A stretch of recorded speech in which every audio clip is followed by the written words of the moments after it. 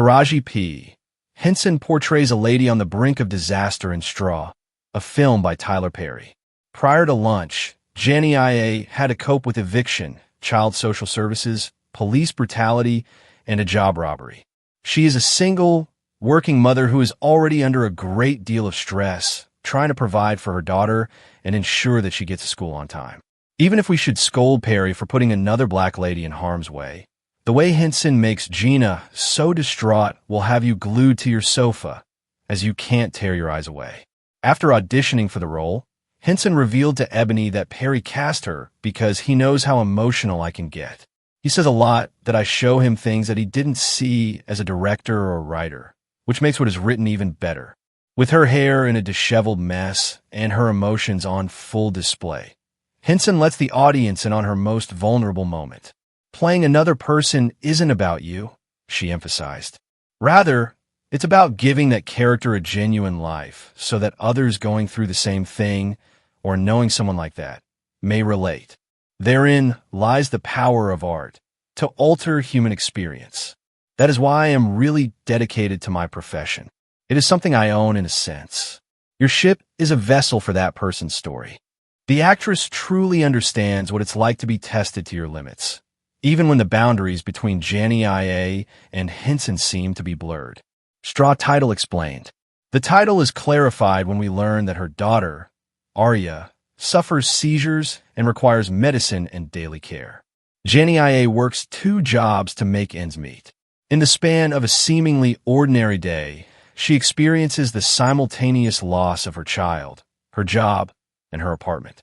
As she struggles to make it through this increasingly difficult day, we witness her crumbling to a point that matches the story's title. Janiyah has always had it tough. She had high hopes of becoming a nurse and working in healthcare, but her boss is nasty and doesn't care about her. So, she's stuck working in a supermarket for low pay. But she persists because she must earn the money to pay for her daughter's medication. This is yet another instance where the system has failed her. The expense of maintaining her daughter's health is too high for her to afford anything else. There is no air conditioning in her house. She hasn't paid her rent or any of her other bills in a while. She doesn't have the means to renew her driver's license, and she doesn't even have $40 to pay for her daughter's lunch at school. This isn't only an issue for today, either. This occurs repeatedly. Each day, Janiyah wakes up fretting over the possibility of losing something else for which she has not yet accounted. Even though she barely makes it through each day, she is always on the go, working tirelessly and refusing to give up in her fight for survival. Her only source of strength in the face of all this is her daughter, Arya. In spite of everything, she is determined to provide her daughter a good life and a good education. As the title implies, Janiyah's patience is finally tested when Arya suffers a stroke and passes away. Tyler Perry wrote the film to address the universal problem of people being unable to break free from the never-ending cycle of working too many hours for too little pay. Every day, people face immense pressure to perform to a certain standard, and he wanted to address that. Many people nowadays find this to be a sad reality. Despite this, people can survive through tough times if they have a strong sense of community and someone to lean on in times of need. Regrettably, Janiyah lacks this network of support. Nobody is bothered by her because she is a shy, mild-mannered person. At work, she is just one friend, and neither her mom nor her sister are willing to lend her a hand. The more we find out about Janiyah's life, the more it seems like she's always getting into trouble. However, she is constantly considering Arya, so she never offers any complaints. It follows that the last thread holding her together will be severed the moment Arya departs.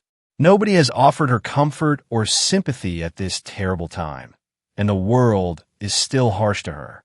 There appears to be a systemic effort to make her life even more difficult. Her landlady persists in being an annoyance. Her boss remains a terrible person, and everything else is going wrong. The day she loses her child is the day when everything goes wrong, which is hardly surprising considering everything that has transpired. Straw refers to the day when she finally loses it, after her mind has distorted reality to shield her from the pain of loss. She is ultimately saved by the kindness of two complete strangers, Detective Raymond and Nicole. Why Nicole helps her? When someone is holding you hostage at work with a rifle and a bomb in their knapsack, it's hard to feel sorry for them. Nicole has a different perspective from the other hostages, particularly Tessa, who is afraid of and dislikes Janiyah.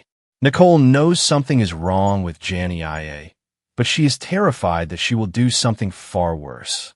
The police confirm that Janiyah Wilkinson is the perpetrator in question.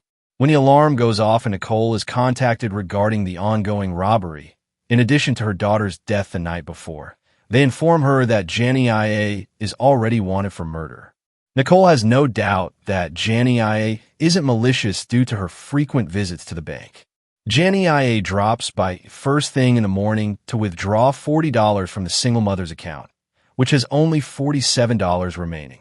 So, she is aware that Janiyah is struggling financially. Her account must maintain a certain minimum balance. Nicole knows Janiyah's love and kindness for her daughter Arya from seeing her with her mom. Thus, she can empathize with Janiyah's feelings upon hearing of Arya's death. Although she disagrees with her decision to hold the bank hostage, she understands the woman's mental state and does all in her power to assist her. Despite the gravity of the situation, Nicole soon realizes that Janiyah has no intention of robbing the bank or injuring anyone. She simply wants to collect her $500 paycheck.